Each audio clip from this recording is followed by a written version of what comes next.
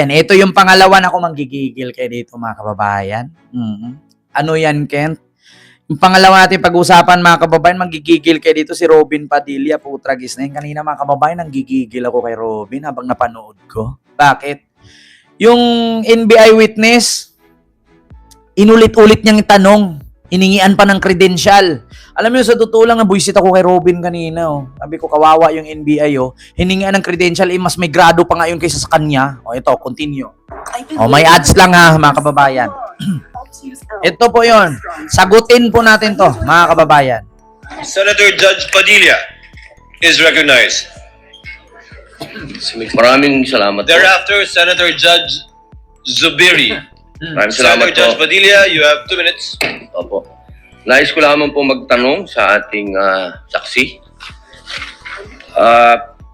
Ginoong saksi, kanina po kasi habang nagkakaroon ng pagdinig, ako po'y laging iistorbo dahil tuwing may itatanong, mag-o-object, medyo magulo po eh. Kita nyo, ultimo si Robin naguguluhan. Nag-o-object ng nag-o-object. Kita nyo yon, ha, mga DDS? Ultimo si Robin naguguluhan, object ng object. Pero ang totoo doon, hindi niya naintindihan. Kaya siya naguguluhan. Hindi siya naguguluhan sa salitang object. Naguguluhan siya kasi ano yung object. Ah, kita nyo mga DDS? Ultimo yung hindi nakakaintindi, naguguluhan. Kita nyo, mga DDS, hindi ba kayo nagtaka? Yung tao, naguguluhan siya kasi object ng object. Pero hindi niya naintindihan kung ano yung object, kaya siya naguguluhan. O, imagine, yung hindi nakakaintindi, naguguluhan na nga rin eh, kayo pa kaya? Diba? Continue. Hindi po bang sagutin po ninyo ako dahil noong pong February 5, ang sabi po dito ay insufficient po yung na hindi dapat makarating na sa preliminary investigation. Tama po ba? Preliminary. February 5 po yun? May certification, sir. Yes po. Opo. Preliminary. Tapos nung February 14, naging sufficient na for conduct of preliminary investigation. Nasagot po ba yung 7 na sinabi dito na para, ang sinasabi po kasi dito nung February 5, merong 7 na kulang. I believe so, sir. That's why we have received a certification, sir. Nako, Kuya NBI, Tagalogin mo. Hindi maintindihan ni Robin yan, malayo lang 1 minute at ititigil yan sa kakatanong sa'yo. Yun. Kasi po, parang narinig ko kanina, hindi po naibigay yung original copy nung sinagawang interview kay Vice President Sara Duterte. Ang hinahanap ni Robin, original copy nung video na nagbanta si Sara. Mga vlogger, huwag magsinungaling. Hindi naman ako mag-i-expect na sa mga DDS kung aamin yan. Speaking of video, live video. Continue natin bago ko sagutin yan. Yung original po na kopya, kung sino po yung nag-record. Wala po kayong affidavit? Meron po ba kayong affidavit na nakuha nyo? Yes, sir. Ako po yung ang inire-request po ng DOJ dyan is affidavit po nung nag-screen record, which is my affidavit, Your Honor. Meron po siyang affidavit? Ako, sir. Ako po yung nag-execute, sir. Kasi hindi po yung mismong tao? Yes po. Ang hinihingi po kasi ni DOJ is kung sino yung nag-screen record through OBS, sir. Hindi po yung mismong tao? Yes, Your Honor. Kayo lang po yung nag-affidavit? Yes, Your Honor. Pero meron po kayong ng pagkakataon ba na nakausap niyo yung tao at nagbigay siya ng affidavit? May I clarify, Your Honor, if sinong tao yung tinutukoy? Yung nag-record po? Ako po yung nag-record through OBS, sir. Hindi po. Yung mismong nag-record po kay Inday sa Vice President. Ito yan. Ganito yan, mga kababayan. Tama si Robin. Tama siya. Wag kayong malito Ito, gusto ko lang i-clarify. Tama si Robin. Tama siya. Bakit? Kami, as a vlogger, content creator, social media influencer, lahat po kami, bago po, halimbawa ito, live, di ba kung naalala nyo, naka-live si Sara nung nagbigay siya ng threat kay BBM. Live yun. Mga kababayan, yung live na yon, after ng live, may record yon. Katulad dito sa live ko, pagkatapos ng live dito, may record yan. Nare-record yan. Kaya nga napapanood ninyo eh. Diba? Live yon, kaya napapanood ninyo. Kayo live to, kaya napapanood niyo yung live ko. Tama si Robin. Ang tanong niya, kung nakuha ba daw ni NBI agent, no? Yung record mismo nung may-ari nung channel na pinag-livean. Kasi mga kababayan, ganito yan.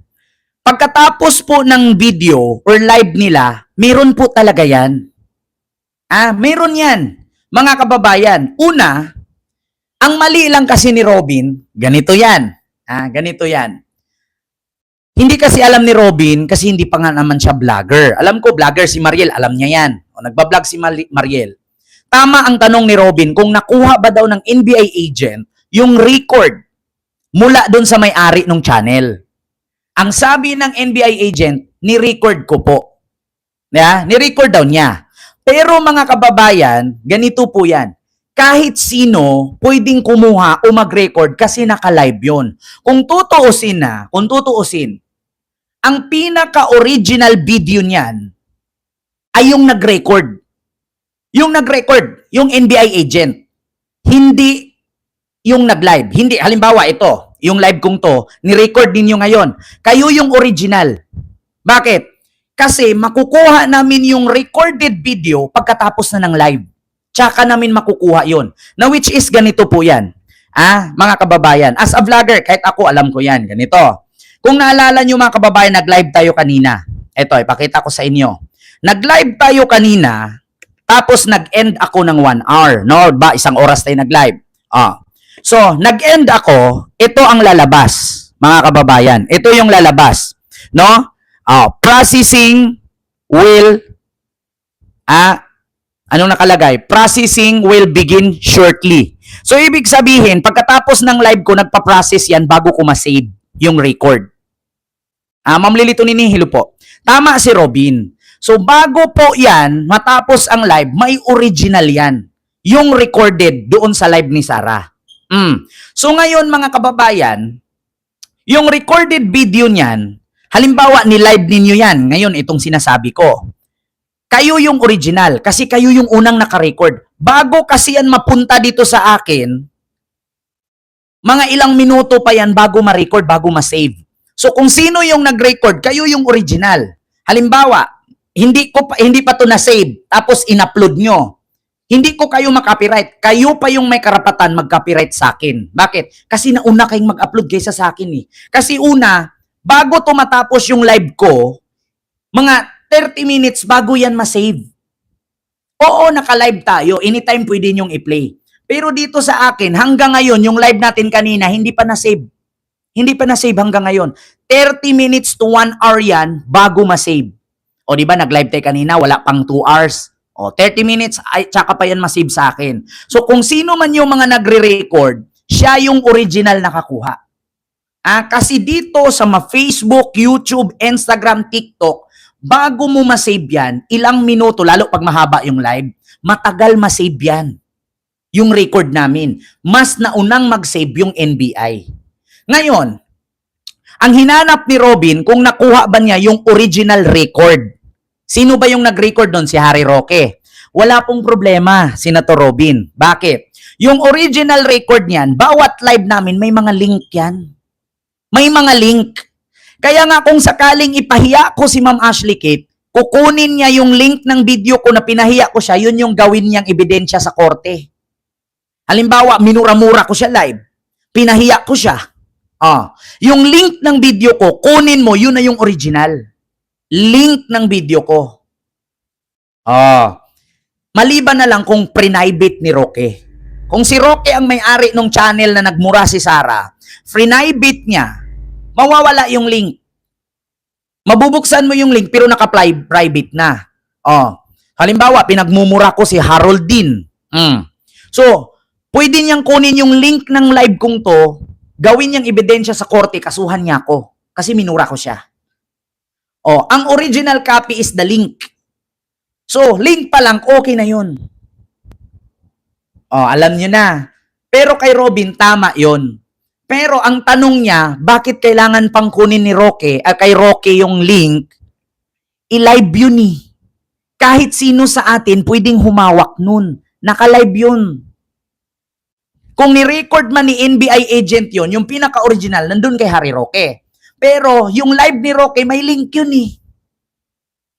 So kung kailangan mo pala ng original record, di yung mga nagkakaso dito sa social media na pinagmumura ng mga vlogger, di hindi pala inuukihan ng korte yan. Kasi yung mga halimbawa, mumurahin ko si Trillanes. O, ang kukunin ni Trillanes sa akin, yung link lang ng video eh.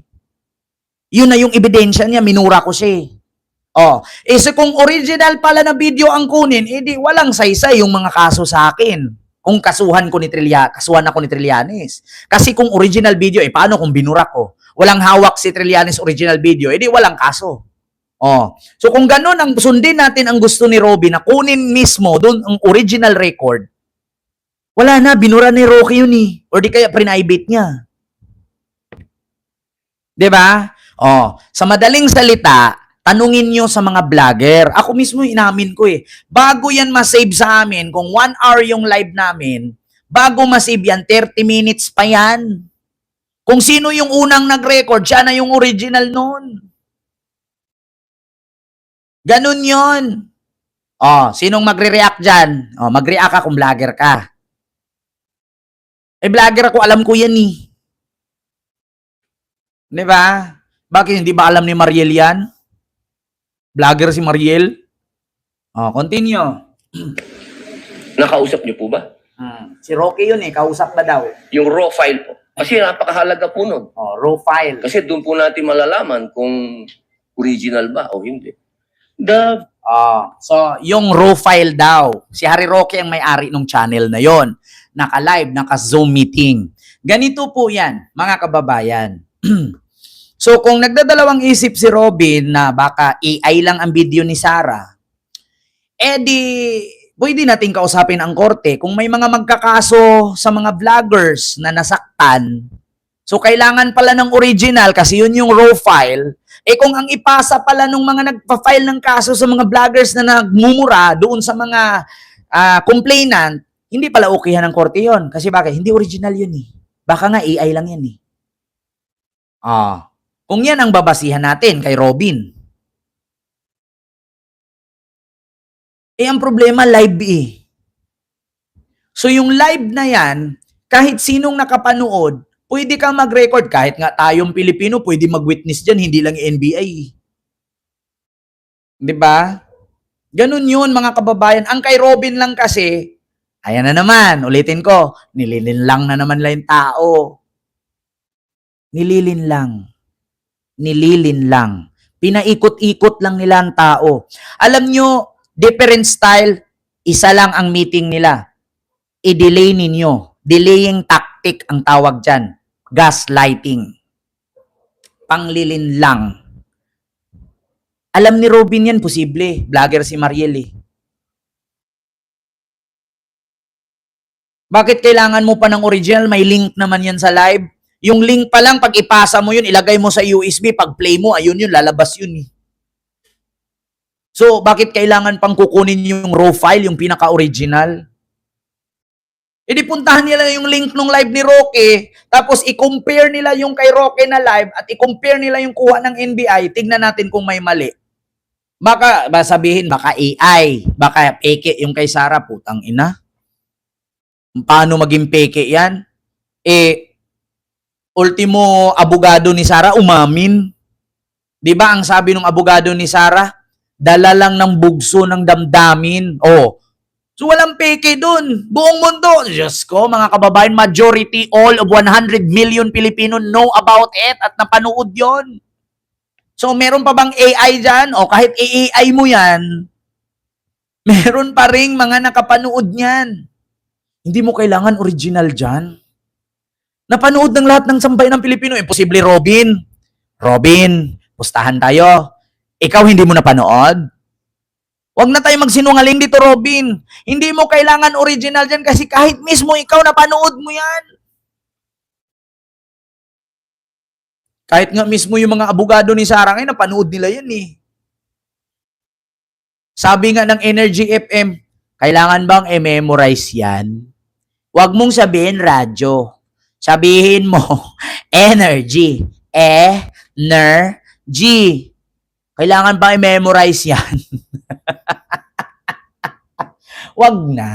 Wag nang linlangin ang tao. Lahat tayo nakapanood. Kainin ko tong mic. Tingnan nyo, ilunok ko tong mic ngayon. Ilunok ko to. Napanood nating lahat yan eh. Sino pa bang lilinlangin natin? Kahit nga yung mga bata, mga estudyante eh. Oh, kahit nga yung mga estudyante na memorize yung putang ina ninyong lahat. Martin Romualdez, Lisa Marcos, Bongbong Marcos. Napanood ng mga bata yan eh. Eh di ba sa korte, ang bata, hindi nagsisinungaling, pinapaniwalaan. Sige nga, maghanap tayo ng mga bata sa lahat ng university sa paaralan. Tanungin natin ang mga bata kung napanood ba nila o hindi yan. Pag sinabi ng mga kabataan yan, yes, napanood po namin. O sige nga, sabihin nyo, putang ina ninyong lahat. Martin Romualdez, Lisa Marcos, Bongbong Marcos. O, napanood ng mga bata yan eh. Kailangan pa bang i-memorize yan, Senator Robin? Kahit anak mo, napanood yan eh. Meron pa nga hindi ko makakalimutan eh. Sabihin mo, saan siya dalahin? Tangina ka. Oh. Ang imong amahan, gipalubong sa among amahan. Pero ang imong ang akong amahan, imong ipapreso, tangina ka. Oh. Sabi pa ni Pulong, kana si Marcos, mag-English kasi nag-aral sa ibang bansa yan eh. Pero yung ulo niyan parang lata. Yung pag ginano mo, tong, walang tunog ba, walang laman, tong, gano'n, no? Diba? Sinabi nila yan eh. Kailangan pa ba i-memorize yan? Na-memorize ko lahat. Meron tayong presidente, bangag noon, bangag ngayon, bangag ng ating presidente. Kayo, mga kapulisan, kasundaluhan, papayag ba kayo na may presidente tayong adik? Si Bongbong Marcos, bangag noon, bangag ngayon. Lahat yan sinabi nila. Kailangan pa ba natin ang original? Bakit, Senator Robin, hindi mo tanungin yung mga media? Eh di ba yung ABS-CBN, GMA, TV5, News 5, Net25? Hindi yan sila po pwedeng mag-play ng video kasi pwede silang tanggalan ng prangkisa kung fake news sila. Ba't hindi nyo subukan tanungin yung mga TV network? Kasi sila mismo nag-play niyan. Binalita agad after nung sinabi ni Sarah, naka-play agad sila. Oh, hindi lang ang NBI, ultimo mga media network. Eh di ba meron sa konstitusyon, meron sa kapisanan ng mga broadcaster ng Pilipinas na hindi po pwedeng maglabas ang media outlet, ang TV station, mainstream media ng mga fake news or mga AI kasi pwede silang matanggalan ng prangkisa. Bakit hindi nyo tawagin lahat ng TV station? Lahat ng mga editor nung time na yon, lahat ng mga anchor, di ba? Bakit hindi nyo tignan? Lahat yan naka-play. Di ba, Ma'am Alice? Yun yung totoo. Bakit nyo pinipiga yung NBI? Inandyan naman yung media. So kung ganon lang din pala, ano to, hindi natin pagkatiwalaan ang media? Ano to, naniniwala kayo sa sinasabi ng mga DDS na bias ang media? Andyan yung mga anchor, sino yung mga na-assign nung time na yun? Sino yung mga media na nag-iikot nung time na yun? Ipatawag ninyo lahat dyan sa Senado. Kung nagsabi ba ng totoo ang NBI agent? Huwag nyo sabihin fake news ang media, AI ang pipilinin nila. Eh di ipasara nyo lahat ng media kung AI yan.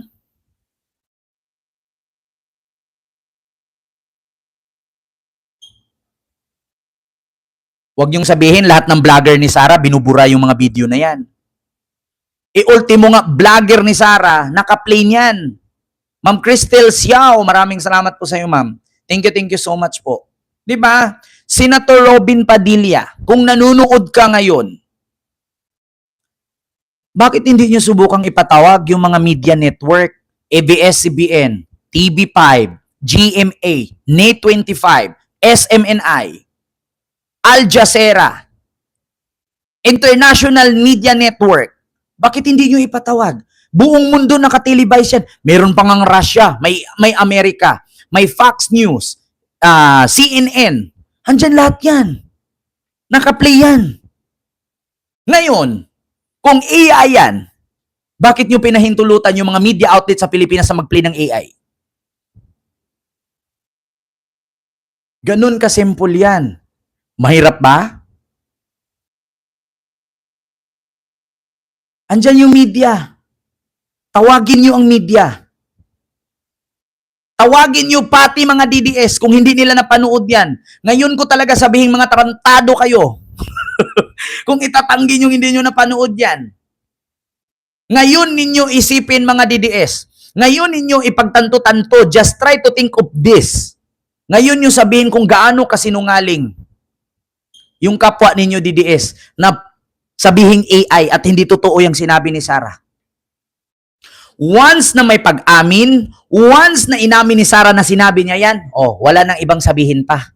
Ang hirap lang kasi si Sarah ayaw humarap eh. Ayaw kasi humarap. Kung humarap si Sarah, hindi na sana idinaan sa kwentong chichirya, tapos na ang usapan. Kaya nga sabi ni PBBM eh, kung humarap lang, inamin ang lahat, hindi dinaan sa kwentong chichirya, hindi sana mapunta at mahantong sa ganitong usapan. Sinabi na ni BBM yan. Bakit kasi idaan pa sa kwentong chichirya?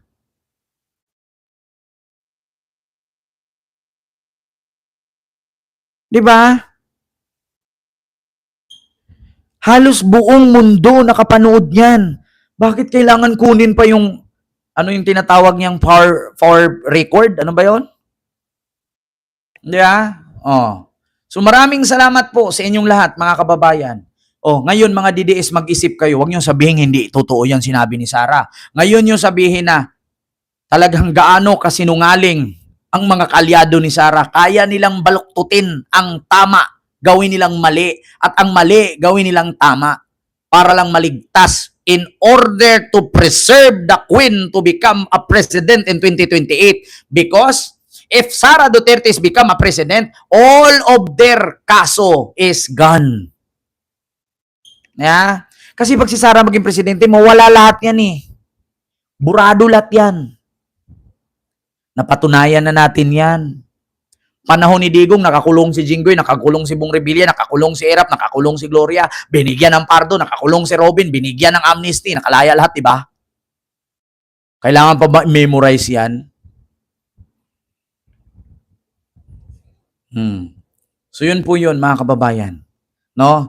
Yung ating nahuhulog podcast na to eh. hindi na to vlog eh. Podcast lang nangyari, kwentuhan na to eh. Di ba mga kababayan? Totoo naman talaga. Kahit kayo mga nanonood dyan, hindi nyo masasabing AI yan. Kasi kahit kayo, napanood nyo yan eh.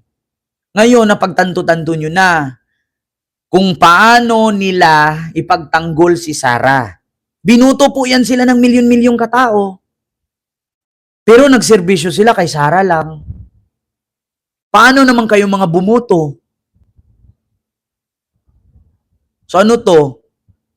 Senador of the people or senador of one family?